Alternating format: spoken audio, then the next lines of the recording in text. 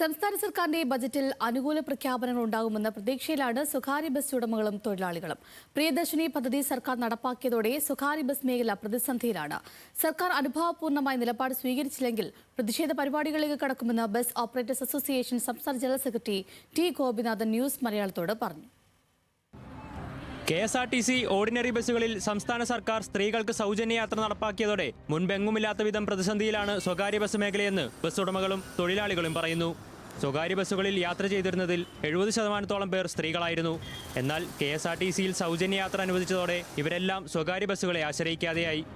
സ്വകാര്യ ബസ് മേഖലയ്ക്ക് അനുകൂലമായ പ്രഖ്യാപനങ്ങൾ സംസ്ഥാന ബജറ്റിൽ ഉണ്ടാകുമെന്നാണ് ബസ് ഉടമ സംഘടനകളുടെ പ്രതീക്ഷ.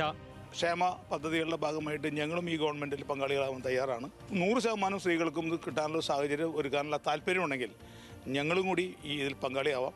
ബോട്ടുകൾക്കൊക്കെ മണ്ണെണ്ണ സബ്സിഡി നൽകുന്ന വർഷങ്ങളായിട്ട് പതിവുള്ളൊരു കാര്യമാണ്. അത്തരം സബ്സിഡികൾ ഡീസൽ ഞങ്ങൾക്ക് അടിക്കുന്നതിൽ ഞങ്ങൾ ഇപ്പോൾ തന്നെ ഞങ്ങൾ 72.76% ഡീസലിൻ്റെ സെയിൽ ടാക്സ് ഞങ്ങളുടെ വാഹന നികുതിയുണ്ട്. അത്തരത്തിൽ ഞങ്ങളെ സഹായിക്കാൻ ഒട്ടനവധി മാർഗ്ഗങ്ങൾ സർക്കാരിൻ്റെ ഭാഗത്തുനിന്നുണ്ട്. ഞങ്ങൾ ഇൻവെസ്റ്റേഴ്സാണ്, അതുകൊണ്ട് ഞങ്ങളെ സംരക്ഷിക്കും എന്ന് തന്നെയാണ് ഞങ്ങൾ പ്രതീക്ഷിക്കുന്നത്. KSRTCയിൽ സ്ത്രീകൾക്കുള്ള സൗജന്യ യാത്രയിലെ ആദ്യ ദിനത്തിൽ 13,29,938 സ്ത്രീ യാത്രികരാണ് ബസ്സിനെ ആശ്രയിച്ചത്. KSRTCയിൽ 81% സ്ത്രീ യാത്രക്കാരുടെ വർധനവും ഉണ്ടായി. പ്രിയദർശിനി പദ്ധതിക്ക് പിന്നാലെ സ്വകാര്യ ബസ്സുകളിലെ കളക്ഷനും കാര്യമായി ഇടിഞ്ഞിട്ടുണ്ട്. 15 വർഷമായി വിദ്യാർത്ഥികളുടെ യാത്രാ നിരക്ക് വർദ്ധിപ്പിക്കാത്തതും തിരിച്ചടിയായെന്നാണ് ബസ് ഉടമകളുടെ വാദം. വിദ്യാർത്ഥികളുടെ മിനിമം കൺസെഷൻ നിരക്ക് 5 രൂപയായി വർദ്ധിപ്പിക്കണമെന്ന ആവശ്യവും ഉയരുന്നുണ്ട്. സ്വകാര്യ ബസ്സിൽ ഇപ്പോൾ കൂടുതൽ വിദ്യാർത്ഥികളാണെന്നും കളക്ഷൻ കുറവായതിനാൽ തൊഴിൽ നഷ്ടപ്പെടുമോ എന്ന ആശങ്കയുണ്ടെന്നും ബസ് ജീവനക്കാർ പറയുന്നു. ഡീസലിന്റെ വില കൂടിയിട്ട് ഭയങ്കര ബുദ്ധിമുട്ടാണ്. അപ്പോൾ അതിൽ ഇത് വേറെ ഫ്രീ ആക്കിയപ്പോൾ ലേഡീസ് ഇല്ല, ഒന്നുമില്ല, ആളെ ഇല്ലാണ്ട് ഇപ്പോൾ കാലിയാണ് ഓടുന്നത്. പിള്ളേരെ മാത്രം കയറ്റിയിട്ട് പോകുന്നു, സീറ്റിൽ പിള്ളേരെ കയറ്റിയിട്ട് പോകേണ്ട അങ്ങനെ ഇടും.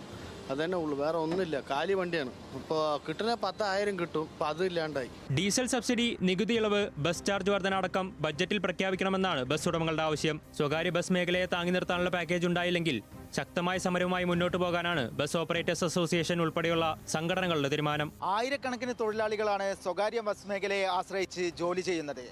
സംസ്ഥാന സർക്കാർ ഈ ബജറ്റിൽ സ്വകാര്യ ബസ് മേഖലയെ അനുകൂലിക്കുന്ന പ്രഖ്യാപനങ്ങൾ ഉണ്ടായില്ലെങ്കിൽ നിരവധി തൊഴിലാളികളുടെയും ഉടമകളുടെയും ജീവിതമാണ് പ്രതിസന്ധിയിലാവുക.